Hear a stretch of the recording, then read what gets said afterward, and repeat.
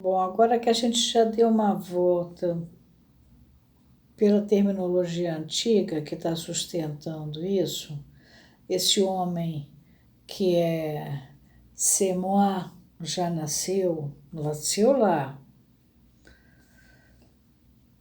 Eu vou continuar com o parágrafo 71, acho. É. 64, 65, 66, 67, 68, 69, 70, 71. Agora vem o 72. Aí ele vai dizer o seguinte: mais uma saída se oferece ao sujeito para a resolução desse impasse em que delira seu discurso. Porque ele fica nessa angústia de eu não fiz nada e agora como é que vai ser e tal. A comunicação pode se estabelecer para ele validamente na obra comum da ciência e nas utilizações que ela ordena na civilização ocidental.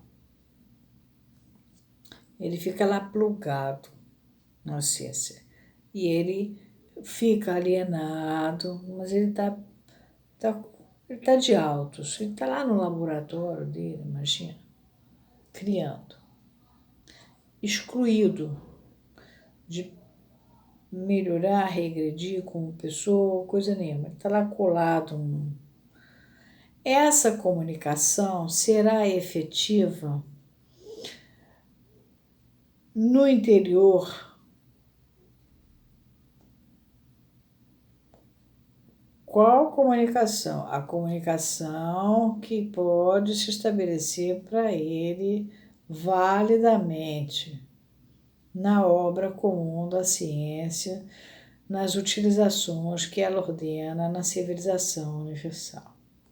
Essa comunicação será efetiva no interior da enorme objetivação, objetivar mesmo, constituída por essa ciência, que ele pluga na ciência e lhe permitirá esquecer sua subjetividade. Ele se alheia. Ele colaborará eficazmente com a obra comum em seu trabalho cotidiano e povoará seu lazer com todos os trabalhos, com todos os encantos de uma cultura profusa, rica. Vai jogar tênis, vai ter o grupo dele de beber a cerveja, vai ter o violão, vai ter o não sei o quê, vai ele. Que do romance policial às memórias históricas, das conferências educativas à ortopedia das relações de grupo, acaba de falar muito na ortopedia social, é um engessamento de grupo onde todas as pessoas têm que ser do mesmo jeito, les ego, os egos iguais. Dar-lhe-á meios de esquecer sua vida e sua morte, ao mesmo tempo que de desconhecer numa falsa comunicação o sentido particular de sua vida. Isso é importante para nós na clínica, porque eu já tive vários casos atuais, bastante atuais, já de uns anos para cá, quando começaram a moralizar os costumes e apareceram os primeiros processos administrativos da turma do colarinho branco. Até então, eles achavam que aquela corrupção fazia parte do dia a dia normal. Então, ele morava numa mansão, num bairro muito caro aqui do Rio, Ele vivia uma vida maravilhosa, não pagava imposto nenhum, entendeu? Tinha gente que até tinha carro com placa de Resende e que custava muito mais barato, porque os carros eram caros. Essa gente toda se dava bem. Até que o dia ele é pego.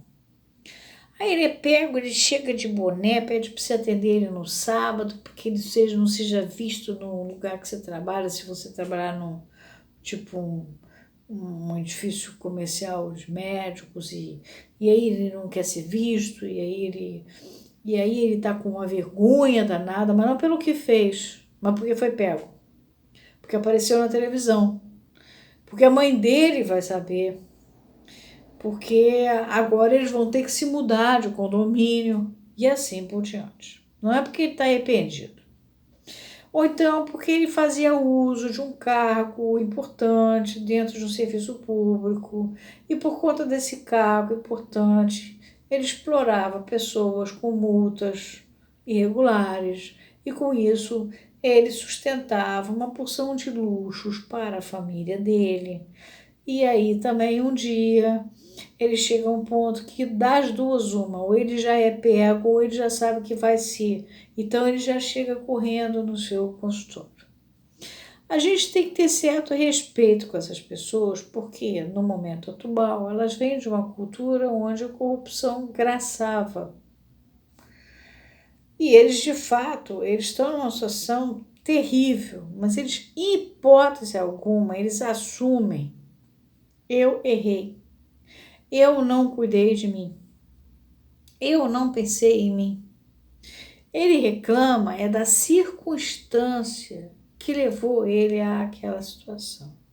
Por isso é que Lacan fala nesse levar ao extremo da sabedoria, esse tipo de análise. Ele é perverso? Não, mas ele está incluso, vivendo um universo perverso. E ele sustenta a família, a filha também na faculdade, a família está nos Estados Unidos, não sei quem já viajou, todos vão passear, fazem compras.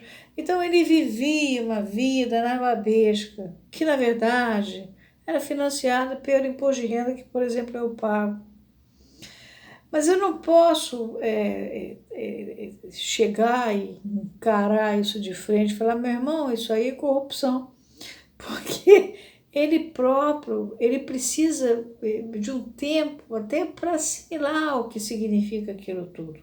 O que ele tem é vergonha, é um mal-estar do que ele causou. Mas não, e ele não é um Villon de antes do período moderno que sabe fazer esse G, né, e dar a volta e criar. Ele já é uma. É aí que está o problema. Então, se o sujeito não encontrasse numa regressão, muitas vezes levada até ao estádio do espelho, a gente já viu o estádio do espelho, o espaço de uma etapa em que seu eu, moi, contém suas façanhas imaginárias. Se lembra que a criança pensa que aquele bafafá todo é ela que fez, né? Aquele barulho todo. Quase não haveria limites atribuíveis à credulidade que ele tem que sucumbir nessa situação. É importante lembrar que até pelo menos de 40 anos para cá, até 40 anos atrás, se um fiscal de um órgão público ele não fosse corrupto, ele era visto como idiota. Ele tinha que ser corrupto. Se um funcionário de uma estatal chegasse lá de terno e gravata querendo trabalhar muito, os colegas diziam para ele, isso aconteceu com um amigo meu: ei, maneira, aqui a gente não trabalha não, porque ele vinha de uma empresa particular onde a produção era muito alta. Então, aí ele aprendeu a não trabalhar, jogava um joguinho chamado Dedo Ball, que era um futebol, e ficava lá aquela cabeça privilegiada jogando Dedo Ball e ganhando 15 salários. Isso até o governo Fernando Henrique aconteceu. E o camarada vai sendo pervertido dentro do próprio ambiente social dele, ele para virar um ego, ele vai sendo engessado ali dentro. Por isso que é complicado trabalhar com essa pessoa. E ele diz: e é isso que torna temível nossa responsabilidade quando lhe oferecemos, com manipulações míticas de nossa doutrina e o deboche dele, uma oportunidade suplementar de se alienar na trindade decomposta do ego, do superego e do id, né? Então, porque não é nada disso que está na segunda tópica, mas eles adultavam assim, né? E ele fala, por exemplo, para aí.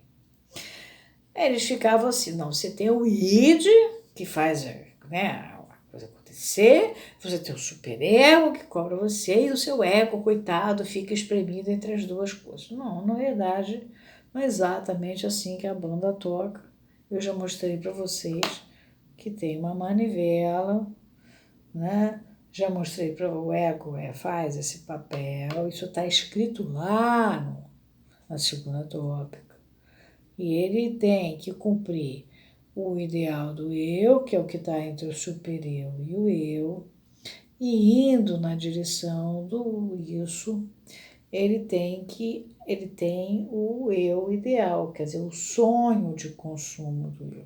Então, ficar absolvendo o cara porque ele estava usando o sonho de consumo do eu é muito perigoso. Por isso que ele fala nas manipulações míticas, que vem a ser uma espécie de sedução que esses analistas faziam.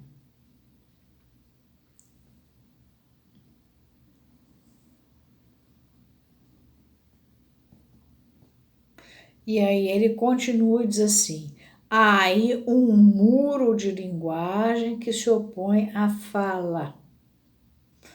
Linguagem são as expressões. E esse muro de linguagem se opõe à fala contra o verbalismo, quer dizer, contra a tendência de dar mais a importância ao que é dito do que às ideias, que são um tema do discurso do homem normal de nossa cultura, só fazem lhe reforçar a espessura desse mundo de linguagem. É preciso muito cuidado de tratar com essas pessoas. São seres humanos, sofrem, foram informados, enfiados numa forma para fazer assim, às vezes já vem até do pai, da mãe. Nosso país é um país que a corrupção é muito antiga, são muitos anos de república velha, república nova e etc. Mas ao mesmo tempo a gente tem que fazer o camarada enxergar que não é bem assim, que está se eximindo de uma coisa que afinal ele deixou de cuidar dele, da posição dele. Parando aqui no 73, 72, 73, 74, 75.